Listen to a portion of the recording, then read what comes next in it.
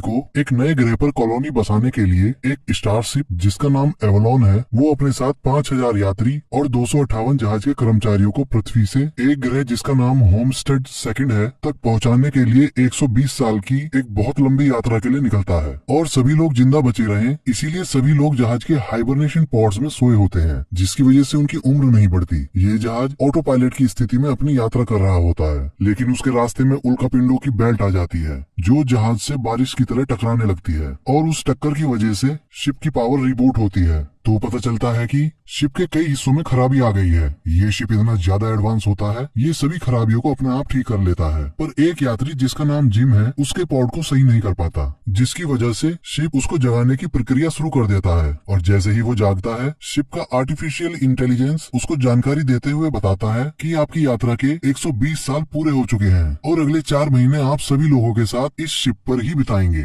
और इस बीच आप इस शिप पर स्विमिंग पूल, पब, ड्रिंक और यहाँ रहने का पूरा मजा ले सकते हैं। इन सब सुविधाओं का मजा लेने के लिए आपको अपनी आईडी को हर बार स्कैन करना होगा जो आपके हाथ में बंधी है, और फिर वो उसका कैबिन दिखाती है और बताती है कि तुमको इंजीनियर की श्रेणी में रखा गया है, जो लर्निंग ग्रुप 38 है। अगली सुबह जिम बाकी यात्रियों से मिलने के लिए तैयार होता है, लेकिन उसको वहाँ अपने अलावा कोई और इंसान दिखता ही नहीं। अब वो शिप के सभी हिस्सों में जाकर लोगों को ढूंढने लगता है, पर उसको कहीं भी कोई नजर नहीं आता। फिर वो सीधा कमांड रिंग चला जाता है, जहाँ कैप्टन अपने को पायलट के साथ शिप को चलाता है। वहाँ जिम को अंदर जाने की अनुमति नहीं मिलती, वो बाहर से ही झांक कर देखता है। उसको वहाँ कोई नहीं दिखाई देता, पूरा कमांड रिंग खाली होता है। ये चीज देखकर जिम बहुत ज्यादा परेशान हो जाता है। अब वो वहाँ की ऑब्जर्वेटरी में जाता है। यहाँ उसको सच्चाई पता चलती है कि उसने अभी लगभग 30 साल का सफर ही तय किया है और अभी 90 साल बाकी हैं होमस्टेड सेकंड पर पहुंचने के लिए। जिम इस बात से बहुत परेशान है कि वो अकेला इतनी जल्दी कैसे जाग गया। फिर जिम शिप को बनाने वाली कंपनी के लिए एक वॉइस मैसेज रिकॉर्ड करता है, जिसमें वो सारी बात बता देता है कि वो 90 साल पहले ही जाग गया है, और उस मैसेज को सेंड कर देता है। और वो देखता है कि इस मैसेज को पृथ्वी पर पहुँचने के लिए 19 साल लगेंगे और इसका जवाब आने में 36 साल, मतलब इसका जवाब उसको 55 साल के बाद मिलेगा। इतना सुनते ही उसका दिल भर जाता है और आंखों में आंसू आ जाते हैं। वो वापस अपने कैबिन की तरफ जाने लगता है, तभी उसको रास्ते में एक बार टेंडर दिखाई देता है, जिसको देखकर जिम खुश हो जाता है। जिम उससे कहता है, मुझको लगा था मैं अकेला ही जागा हूँ, तुमको देखकर अच्छा लगा।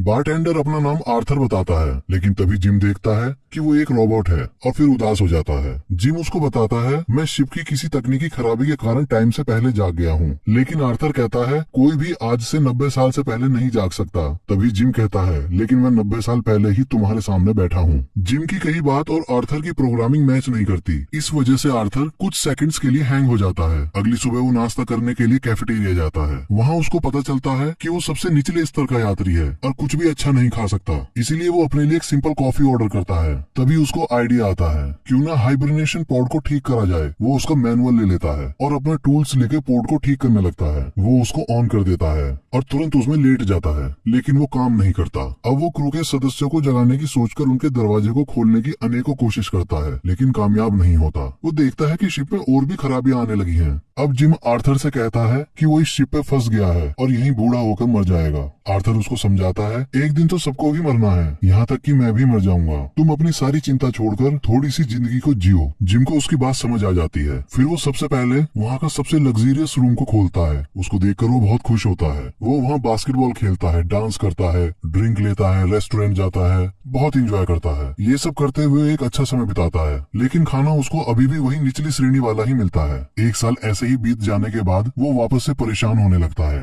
वो ऐसे ही शिप पर घूम रहा था, तभी उसको एक दरवाजा दिखाई देता है। वो उसको खोलता है। वहाँ उसको स्पेस में जाने के लिए स्पेस सूट मिलता है। वो उसको पहनकर शिप के बाहर स्पेस में चला जाता है और बाहर का नजारा देखकर रो पड़ता है। वो वापस शिप पर आता है, लेकिन वो इतना ज्यादा दुखी है कि उसके मन में आत्महत्या करने का विचार आ जाता है। वो अब बिना स्पेस सूट के वापस स्पेस में जाने की सोचता है, लेकिन वैसा कर नहीं पाता और भागता हुआ वापस आ जाता है। तभी अचानक उसका ध्यान एक लड़की पर जाता है जिसका नाम अरोरा है। जिम उसकी खूबसूरती देखता ही रह जाता है। फिर वो उसके बारे में सारी जानकारियां निकालता है। जिम को पता चलता है कि वो एक लेखक है। तभी उसकी निगाह हाइबरनेशन पॉड के मैनुअल पर पड़ती है। अब वो उसको जगाने की सोचने लगता है, लेकिन उसकी अंतरात्मा ऐसा करने से रोकती है। फिर भी वो सबसे पहले अपनी दाढ़ी काटता है और अपना टूल बॉक्स लेकर अरोरा के पॉड्स के फ्यूज उड़ा देता है। इससे अरोरा जाग जाती है। जिम वहाँ से सारा सामान लेकर अपने रूम में आ जाता है और मैनुअल छुपा देता है। ये सब करता हुआ वो बहुत घबरा रहा होता है। वो अपने आप को संभालता है और सेंट्रल हॉल की तरफ जाता है। वहाँ उसको अरोरा मिलती है।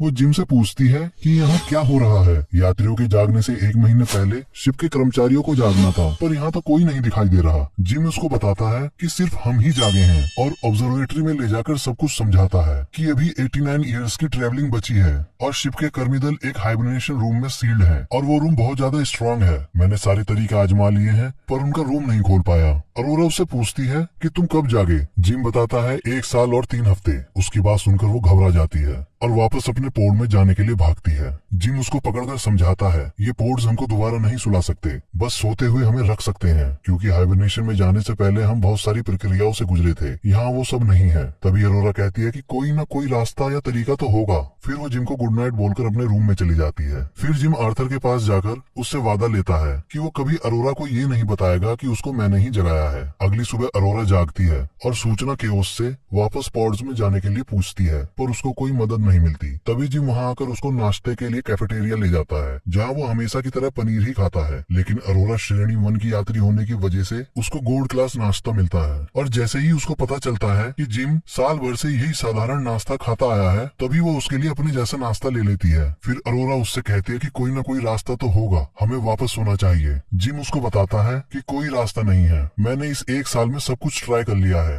अरोरा उसकी बात सुनकर सीधा हॉस्पिटल जाकर सारी मेडिसिन देखती है, वहाँ उसे कुछ नहीं मिलता। फिर कर्मी दल का चैम्बर खोलने के लिए पूरी कोशिश करती है, पर वो भी कामयाब नहीं होती।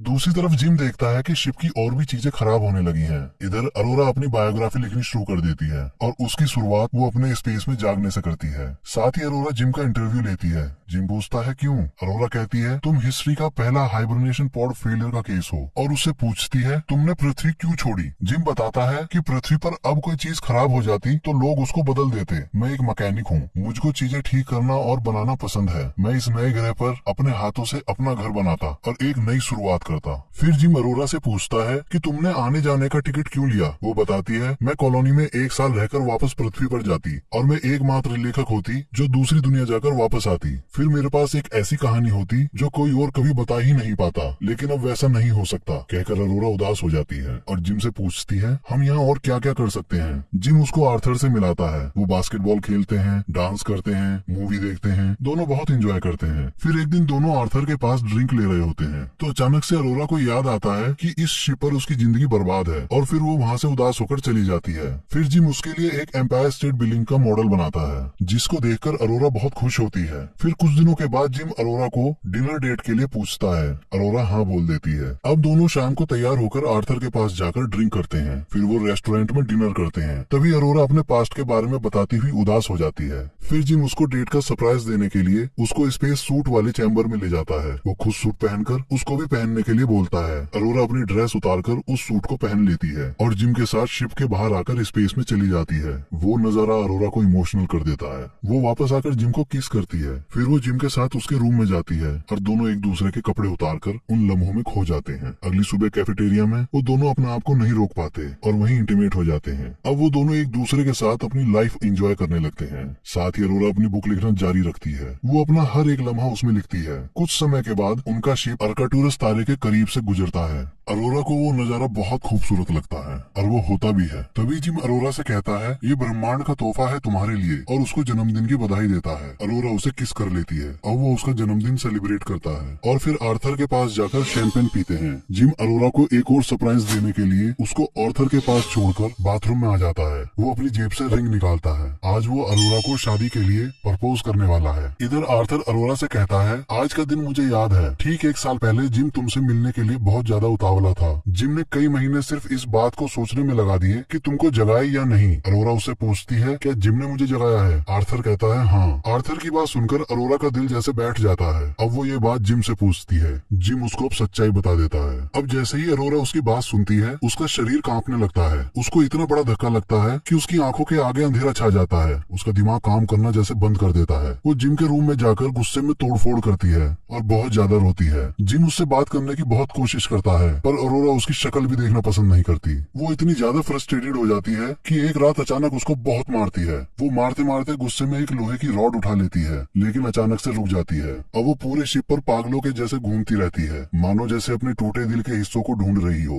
फिर वो अपने दोस्तों के रिकॉर्डिंग मैसेज सुनती है जो बहुत इमोशनल होते हैं। वो उन्हें सुनकर रो पड़ती है। अगली सुबह अरोरा नाश्ता करने के लिए जैसे ही ऑर्डर प्लेस करती है तभी वो मशीन खराब हो जाती है। दूसरी तरफ आर्थर भी लिफ्ट में फंस जाता है। वो जैसे तैसे वहाँ से निकलता है। तभी उन दोनों को एक आवाज सुनाई देती है कि मैं डेक चीफ गास बोल रहा हूँ, किसने मेरे शिप पर ये पेड़ लगाया है। दोनों भागकर वहाँ जाते हैं और उसको अपना इंट्रोडक्शन देते हैं और बताते हैं कि ये पेड़ जिम ने लगाया है, और गास को ये भी बताते हैं कि यात्रा के 88 साल अभी बाकी हैं और यहाँ मशीन अपने आप खराब हो रही है। अब तक 15 रोबोट टूट चुके हैं। फिर गास कमांड रिंग में खराबी का पता लगाने जाता है पर उसको वहाँ सब सही दिखाई देता है। तो वो बोलता है कि 3 पॉड्स खराब हुए हैं, कुछ तो गड़बड़ है, और मैनुअली जांच करने की बात कहता है। तभी अरोरा कहती है क्यों ना हम शिप को वापस पृथ्वी की तरफ मोड़ लें। गास कहता है कि वापस जाने में भी हमको 88 साल ही लग जाएंगे, तो इससे कोई फायदा नहीं है। फिर वो पॉड्स चेक करने लगता है तो वो जिम को बताता है तुम्हारा पॉड घड़ी की चिप जलने से खराब हुआ था, पर अरोरा का पॉड तुमने खोला है। जिम उसको सब सच बता देता है। गास पूछता है क्या वो जानती है। जिम कहता है हाँ। फिर गास अपने कैबिन में आ जाता है और अचानक खांसने लगता है। उसके मुंह से खून निकलता है। उसकी तबीयत ठीक नहीं थी। अब रात को गास और जिम सो रहे होते हैं और अरोरा को नींद नहीं आती। वो स्विमिंग करने चली जाती है। तभी शिप की ग्रेविटी खत्म हो जाती है। जिम सोते सोते हवा में तैरने लगता है और पूल का पानी भी हवा में तैरने लगता है। अरोरा बहुत कोशिश करने पर भी उस पानी से बाहर नहीं आ पाती और उसकी सांसें टूटने लगती हैं। वो उसमें फंस जाती है। तभी शिप की ग्रेविटी वापस आ जाती है। जिम ऊपर से नीचे गिर जाता है। तभी अरोरा को होश आ जाता है। वो पानी से बाहर आ जाती है। अब दोनों भागकर गास को जगाते हैं। गास कहता है ग्रेविटी खोने का मतलब है कि किसी बड़ी मशीनरी पर चोट लगी है। तभी गास बेहोश होकर गिर जाता है। फिर दोनों गास का मेडिकल चेकअप करवाते हैं जिसमें उनको पता चलता है कि गास बहुत बीमार है और बहुत जल्दी मर जाएगा। गास कुछ देर बाद दोनों को अपने पास बुलाकर अपनी आईडी बैंड जिम को देता है और उससे कहता है कि तुमको इसकी जरूरत पड़ेगी, साथ ही तुम शिप की गड़बड़ी का पता करो और उसको ठीक करो। और गास अपनी आखिरी सांस लेता है। अब शिप में रेड अलर्ट जारी हो जाता है। ये दोनों शिप के इंजन की तरफ भागते हैं। फिर वो दोनों देखते हैं एक उल्का पिंड रिएक्टर को ठंडा रखने वाले कंप्यूटर सिस्टम को तोड़ता हुआ दीवार में धंसा हुआ है, जिसकी वजह से रिएक्टर में आग तूफान बनकर घूम रही थी। वो तुरंत उस पार्ट को बदल देता है, पर आग के तूफान की वजह से सिस्टम अभी भी रिएक्टर को ठंडा नहीं कर पाता क्योंकि उस आग को निकलने का रास्ता ही नहीं मिलता। तो जिम उसके दरवाजे को हाथ से खोलने के लिए स्पेस सूट पहनता है और गास का बैंड अरोरा को देता है और वहाँ से एक शील्ड उठा लेता है और शिप के दूसरे हिस्से में जाने लगता है। तभी अरोरा उसको पीछे से आवाज लगाती है और कहती है तुमको मेरे लिए वापस आना होगा, मैं तुम्हारे बिना नहीं रह सकती, और इमोशनल हो जाती है। जिम उसकी बात सुनकर मुस्कुराता है। जिम इधर दरवाजे पर पहुंच जाता है। उधर अरोरा वापस रिएक्टर रूम में पहुंच जाती है क्योंकि जिम के दरवाजा खोलने के बाद उसको अपने हाथों से लीवर को खींचना था। दरवाजे पर जाकर जिम को पता चलता है कि दरवाजा खुला रखने के लिए उसको उसका हैंडल पकड़ के रखना होगा। अब वो वहाँ से जा नहीं सकता था। वो दरवाजा खोलकर वहीं खड़ा हो जाता है, लेकिन अरोरा लीवर खींचने से मना कर देती है। वो उससे कहती है कि अगर मैं ऐसा करूंगी तो तुम मर जाओगे। जिम कहता है कि अगर लीवर नहीं खींचोगी तो तुम भी मर जाओगी। तभी अरोरा उससे कहती है कि कोई बात नहीं, तुम मरोगे तो मैं भी मर जाऊंगी। लेकिन जिम उसको समझाता है कि यहाँ 5000 और जिंदगियां हैं, उनको बचा लो। फिर अरोरा ना चाहते हुए भी रोते रोते लीवर खींच देती है, जिससे वो आग का तूफान जिम से टकराता हुआ स्पेस में चला जाता है। साथ ही जिम भी स्पेस में चला जाता है। वो अरोरा को बताता है कि उसकी सपोर्टिंग वायर टूट गई है और वो स्पेस में आ गया है और वापस अपने आप शिप पर नहीं आ सकता। साथ ही उसका सूट उसको वार्निंग देता है कि जल्दी से शिप पर जाओ, सूट की ऑक्सीजन लेवल खत्म होने वाली है। तभी अरोरा स्पेस सूट पहनकर जिम की तरफ छलांग लगा देती है और वो उसको पकड़ने ही वाली होती है, लेकिन उसकी सपोर्टिंग वायर छोटी पड़ जाती है और जिम उसके हाथ से निकल जाता है। तभी उसको जिम की टूटी हुई वायर दिखाई देती है। वो उसको पकड़ लेती है और जिम को शिप के अंदर ले आती है, लेकिन उसमें कोई हलचल नहीं होती।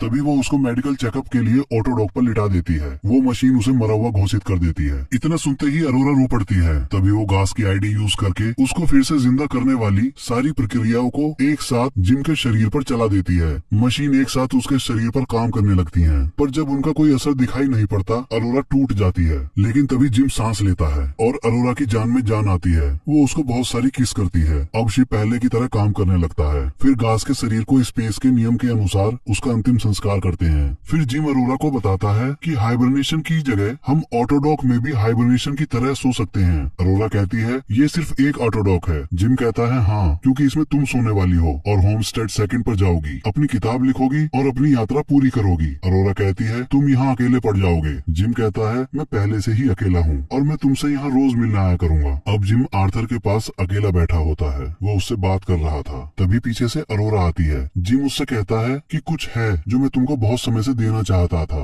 वो उसको रिंग पहनाता है। अरोरा कहती है तुमने बहुत समय लगा दिया पूछने के लिए और उसको किस करती है। अब अब 88 साल बाद सबसे पहले कप्तान और उसके क्रू मेंबर्स जागते हैं और देखते हैं कि वहाँ एक बहुत बड़ा पेड़ है और उसके चारों तरफ भरपूर हरियाली है। साथ ही अरोरा की लिखी किताब की रिकॉर्डिंग चल पड़ती है जिसमें वो अपनी इस यात्रा के बारे में शुरू से लेकर आखिर तक सब बताती है।